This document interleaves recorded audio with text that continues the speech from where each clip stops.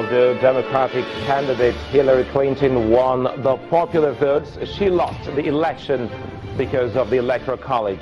What are the complexities of this collegiate system? And in reaction to the surprising victory of the Republican candidate Donald Trump, thousands of angry citizens trooped to the streets in protest of the result. In Los Angeles, Washington, and New York, protesters blocked the highways, saying most of them do not feel safe about the outcome of the elections.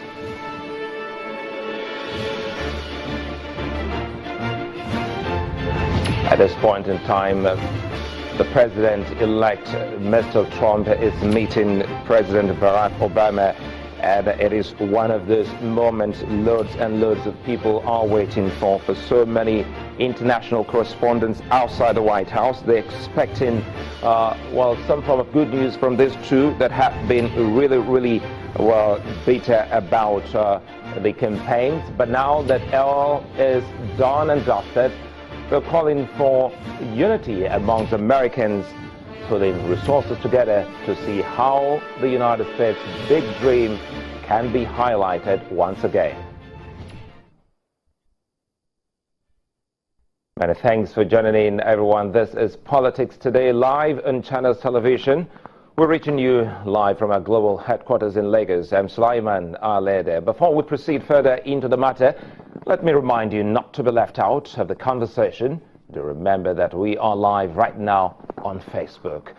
You can watch and comment and be part of the show. We look forward to your comments. Apparently, it's over, but it's not over. Some citizens of the United States of America are not yet done with the elections, even though the results are out.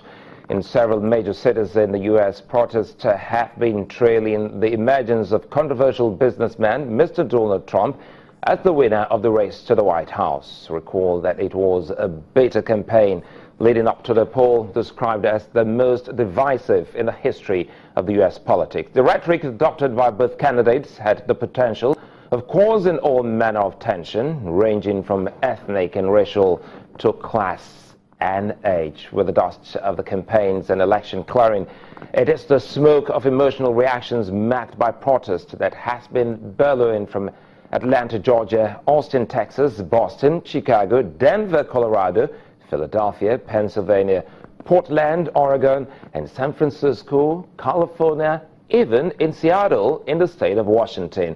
We'll be highlighting all of this. Neither President Barack Obama's speech nor Hillary Clinton's could calm the nerves of these protesters. But before we look into all of that, as our correspondent is still very much in the United States, let's take you back to that speech. You call it an evergreen acceptance speech by Mr. Trump. All Republicans and Democrats and independents across this nation, I say it is time for us to come together as one united people. It's time. I pledge to every citizen of our land that I will be president for all Americans, and this is so important to me. Now back to that surprising move by many of them in the United States. Some of the protesters made their way to Trump Tower, Donald Trump's gilded home on the Fifth Avenue, blasting his controversial campaign rhetoric about immigrants, Muslims, and other groups.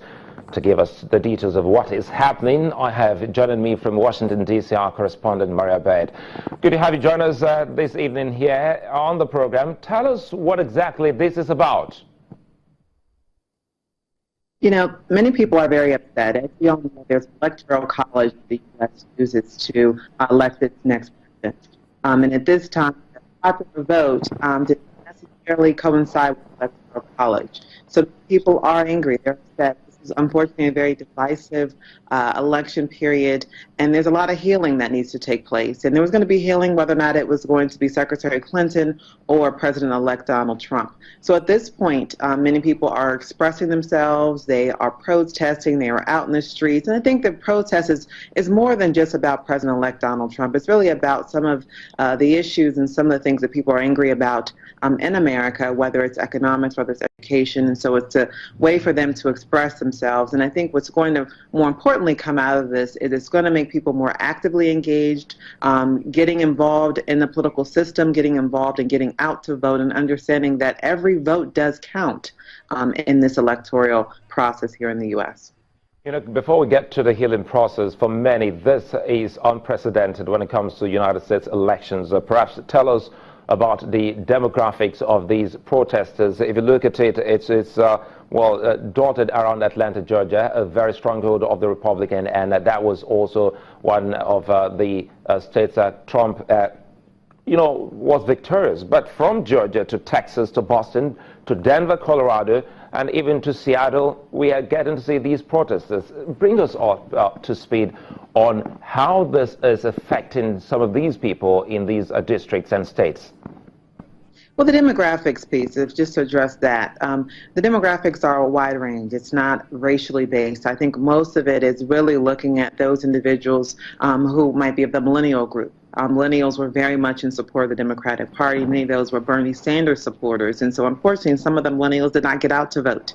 They did not support Secretary Clinton. And now many of them are those protesters. Obviously, there's many in the African-American community. There are many even in the white community. As we know and as it's been stated, those educated, whether or not they're African Americans, whites, or minority groups, were very much in support of Secretary Clinton. Now, there are very many in some of the more rural areas in our country who were strong President-elect Donald Trump supporters. And so those individuals were the ones that really got out to vote in unprecedented numbers. And so you're seeing protesters in many of the cities that you see are cities that have high education rates. I mean, if you look at the District of Columbia, most people in the District of Columbia have close to a master's degree. You look at states like Massachusetts, the Boston area. It's a very heavily educated area. That's where Harvard University resides. You look at Austin, Texas. That's also an area where people either come to this country with education or attain education while here. You look at Atlanta, Georgia area. That's a heavy African-American population in that area, but a lot of African-Americans with degrees, with bachelor's degrees, with master's degrees. And so those are the individuals who I think did not expect this to happen. I think many people were taking this election for granted, and so now people are out protesting. But what it's really going to do is going to tell people that they have to get involved and they have to be active. Now, this is unprecedented, as you said, but I think that this is something that is forcing America to change as far as its democratic process. We've been a democracy for many years, and so democracy definitely means that people have a right and have the ability to speak out on what they don't agree with. You know, Maria, when you talk about change and talking about the healing process, perhaps let's talk more about the democratic process or style in the United States. Do you think this has put a question mark on the collegiate system in the U.S. elections?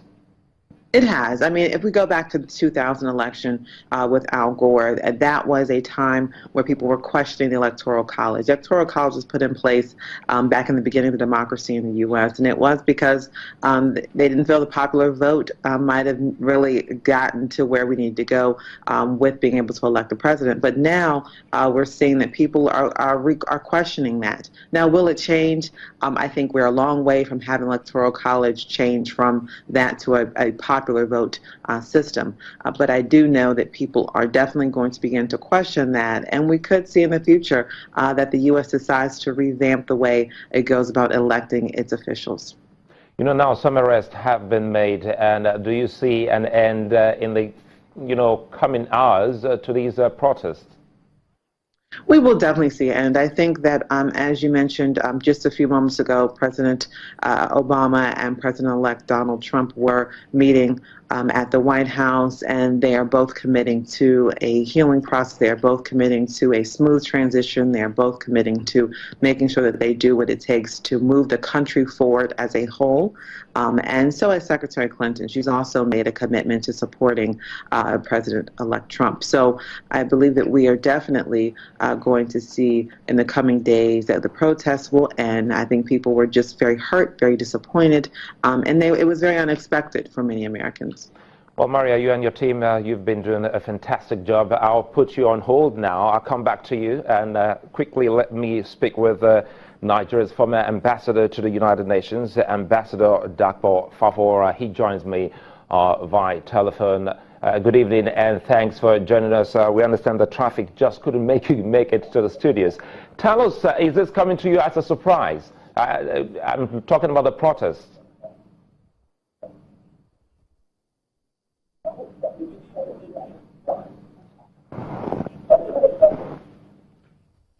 Hello? I can hear you now. If you can hear me, I was asking, being Nigeria's former ambassador to the United Nations, perhaps you should tell us what is your thinking waking up to see protesters on the streets in many parts of the United States. Hello? Looks like we're having, a bit of a problem getting being heard by Ambassador Fafora. I still have Maria. Perhaps I should come back to Maria Baird, who is also in D.C. Now, very quickly here, in anticipation of what that meeting is about in the White House, for so many, they're asking the question about healing process, which you also highlighted. Perhaps take us through all of the campaigns and see how much of healing we can get from, well, heated discussions during the campaigns and following up to this present state that we are in. You know, that's what's going to be so interesting because, as you said, this is a very heated election. There were a lot of things said. Obviously, President-elect Donald Trump was kind of the catalyst of where they thought a lot of the heated discussions were coming from. Then Secretary Clinton had a lot of very strong statements, and President Obama did as well. So this is going to be very interesting to see how they move from some of those statements to now saying that they are coming together. But I think the reality is that that's part of the political process. You know, when you're trying to push forward your candidate, and this was a very unprecedented, as you said before, election period, where typically we focus on the issues. This one was very focused on a lot of personal attacks. And so I think that this will also force them to say, listen, we were really trying to put our candidate in office, and now that we have a president-elect, it's time for us to all come together. And so putting away all of the punches and now coming together for a healing process. So I think that we will see that. And I think that President Obama has worked very hard throughout his administration to have healing in the U.S. When he took office, the U.S. was very divided, especially when we were in an economic recession at the time. And so there was a lot of issues that he had to face. So I don't think either party will be unfamiliar with being able to push forward with healing. I mean, you know, just days before now, many people wouldn't have thought that there was going to be this kind of meeting between President Obama and President-elect Donald Trump, knowing full well that President-elect had called Obama, well, I think, incompetent, and President Obama had also called him unqualified. Now, looking at what we've gathered from world leaders, congratulatory messages to President-elect Donald Trump, how do you see the relations between the United States and other world leaders?